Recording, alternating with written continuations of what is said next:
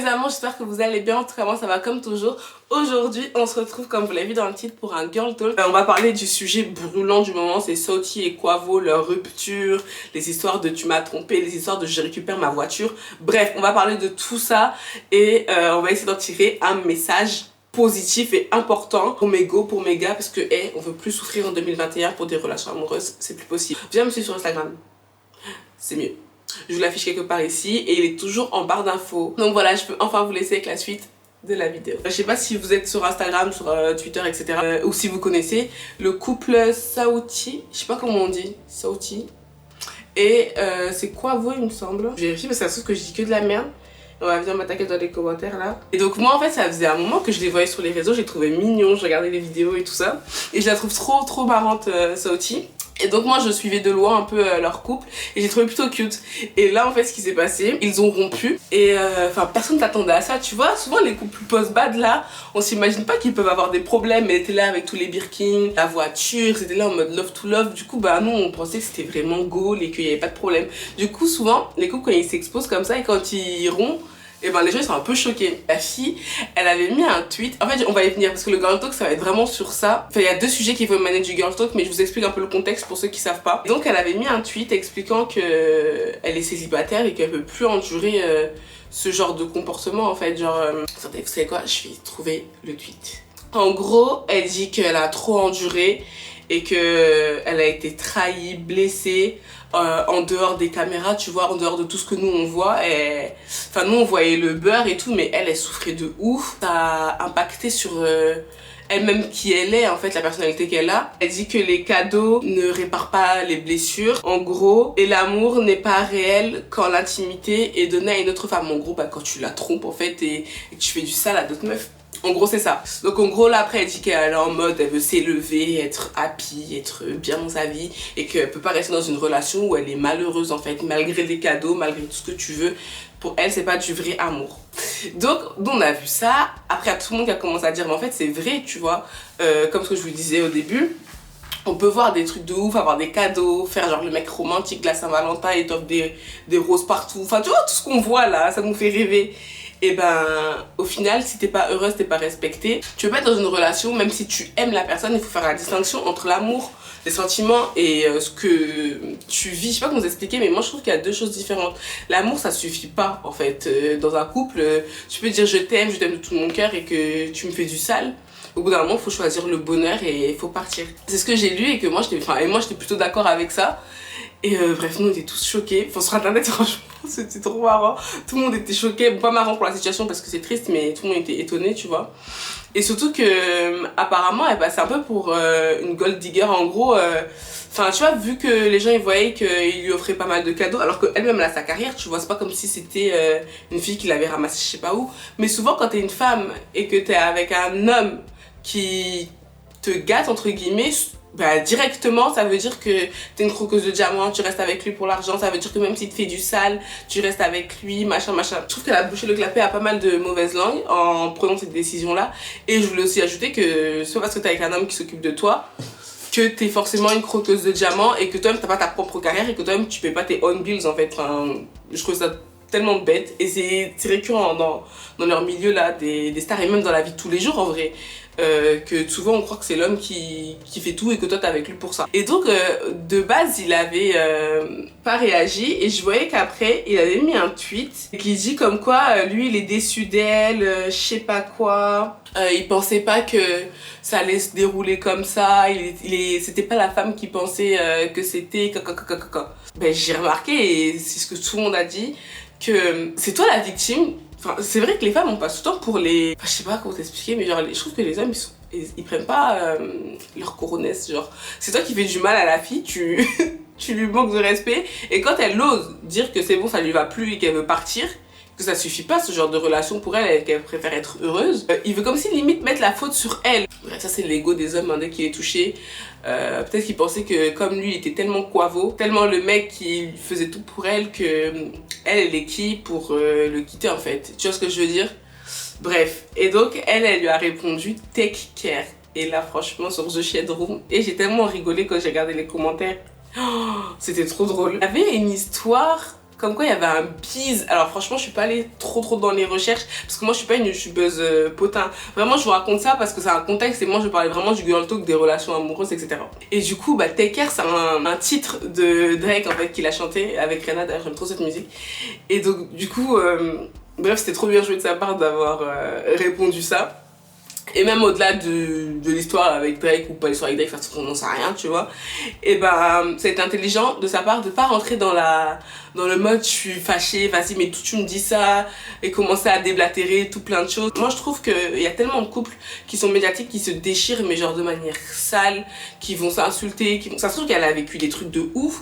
Mais je trouve que même quand il a essayé de la piquer, de la faire passer pour la mauvaise, moi je trouve qu'elle a eu la bonne réaction de répondre tranquille, tu vois. Donc bref, là c'était pour vous mettre le contexte. Et il y a une dernière chose, et c'est ça qui va amener les deux sujets desquels je vais vous parler. Quavo, donc son ex là, Asauti, et ben il aurait fait venir des gens pour récupérer tout ce qu'il avait offert, notamment la dernière voiture qu'il a offert, la Bentley. Genre il y avait plus de 500 000 $ de cadeaux qu'il est venu récupérer chez elle. Et là vraiment c'est ça qui m'a donné envie même de faire le girl talk aujourd'hui, parce que c'est quel genre de foutaise, genre attends, ça veut dire que même les riches là ils font ça. Moi je crois que c'était que nous les gens du commun des mortels, déjà même ceux qui font ça vraiment je vous vois en bizarre, mais sachez-le je vous vois en très bizarre, mais même les riches ils font ça. Donc moi je me suis dit attends, comment tu peux récupérer des cadeaux, des choses que tu as offert de bon cœur normalement, hein. Parce que quand t'es avec quelqu'un, t'es là, t'es content.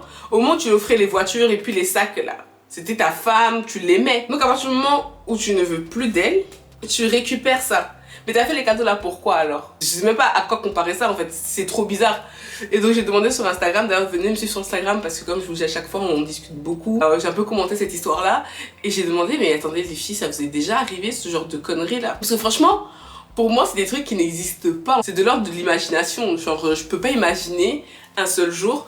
Imagine tu fais genre 5 ans avec quelqu'un et genre en 5 ans il t'offre forcément des trucs et genre à la fin il dit bon écoute ça quand je t'ai offert en 2012 tu me rapportes, ça quand je t'ai offert en 2016 tu me rapportes, et puis la dernière fois qu'on a été au restaurant là j'ai là encore la facture mais ça c'est des gens, mais c'est des sorciers, moi, et y a pas d'autre mot pour moi, c'est de la sorcellerie. Et surtout c'est pour la faire passer pourquoi en gros comme si elle était là pour ses biens, genre ça veut dire que maintenant que on n'est plus ensemble, vas-y je te reprends tout ce que je t'ai donné vu que toi t'étais là que pour mes biens. Mais c'est quel genre d'insulte en plus?